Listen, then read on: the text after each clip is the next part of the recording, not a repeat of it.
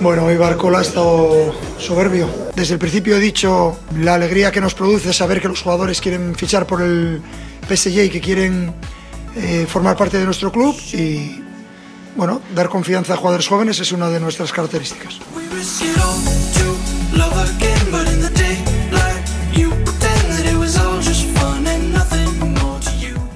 Hello à tous, ravi de vous retrouver dans la quotidienne. Le PSG prend le large au classement après son succès 2-0 sur la pelouse de Lens. Ils peuvent dire merci à Kylian Mbappé mais aussi à Bradley Barcola, les Parisiens buteurs. Son coach est tombé sous son charme. C'est moins le charme côté lensois sans Franck Hez suspendu. Cette défaite les laisse à la 8e place. On est loin des performances de la saison dernière. Et hier dans Téléfoot, Thomas Mekich est allé à la rencontre du coach des 100 et or qui s'est confié sur les grosses attentes autour du RC Lens cette saison. C'est à retrouver sur TF1+, extrait.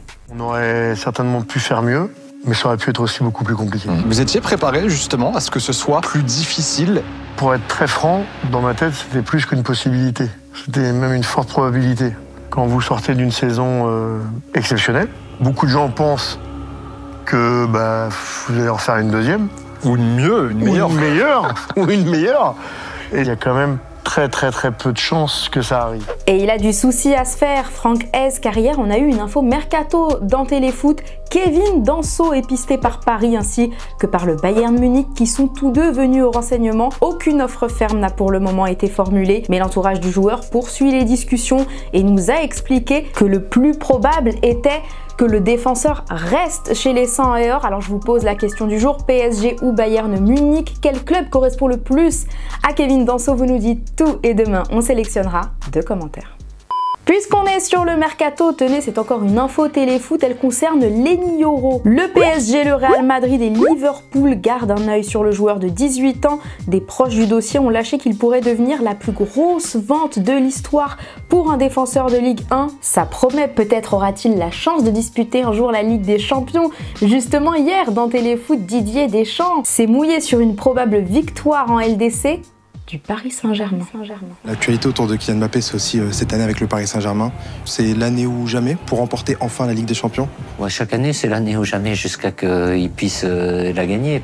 Ça finira bien par arriver à un moment ou un autre. C'est ce que je leur souhaite. Les Marseillais vont pas être contents, mais c'est important pour le football français.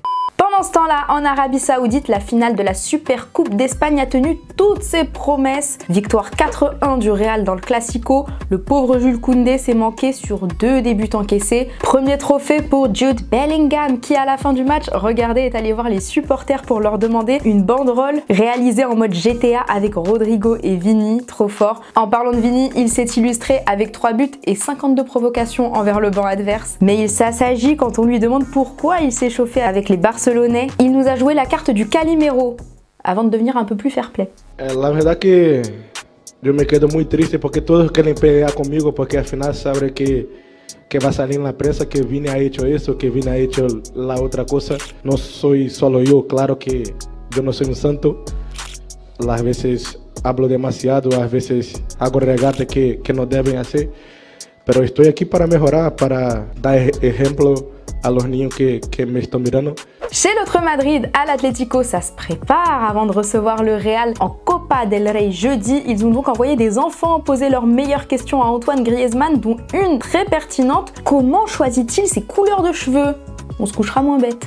Buena pregunta. Hola, mira, tengo 3 hijos en casa. Cuando viene un color de pelo hacemos votación. Yo va diciendo colores, rosa, azul, verde, cualquier color. Y ya ellos votan y el que más votos tiene, pues es el color que gana. Entonces estoy esperando el buen momento. D'ailleurs, hier, notre Grisou était dans Téléfoot pour un échange avec Saber Defarge. Il n'a pas caché son envie de disputer le prochain mondial en 2026 à 35 ans. Antoine, est-ce que vous vous projetez jusqu'à la Coupe du Monde 2026? Ouais, j'ai envie de la faire, celle-là, c'est aux États-Unis.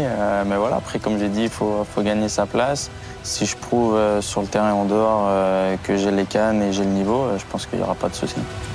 L'intégralité de cet entretien est à retrouver sur TF1+, et ça vaut son pesant de cacahuètes.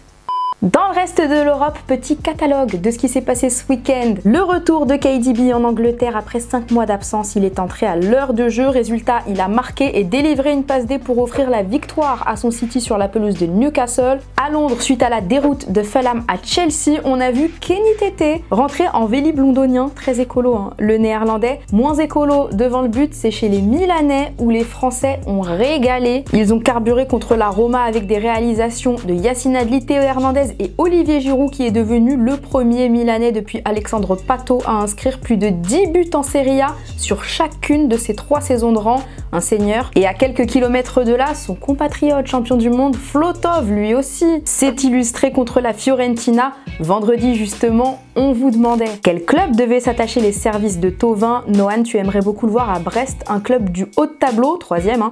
Sans être un mastodonte, il aura du temps de jeu et les supporters avec lui. Henri, tu le vois revenir en Ligue 1 dans un club comme Nantes ou en Bundesliga, dans un club du haut de tableau ou ventre mou pour gagner en temps de jeu, ce serait cool pour lui. Oui. Allez, on prend nos valises et on va sur le continent africain où la Coupe d'Afrique des Nations bat son plein. Arnaud Danjuma a souhaité bonne chance à son pote Idrissa Gana Gueye pour son entrée en lice aujourd'hui avec le Sénégal qui a connu une mésaventure en pleine conférence de presse. De la musique d'un coup, superbe réaction du coach et de Kalidou Koulibaly. Du continent, tandis que la Gambie est plutôt au bas de l'escalier. Instant s'il vous plaît.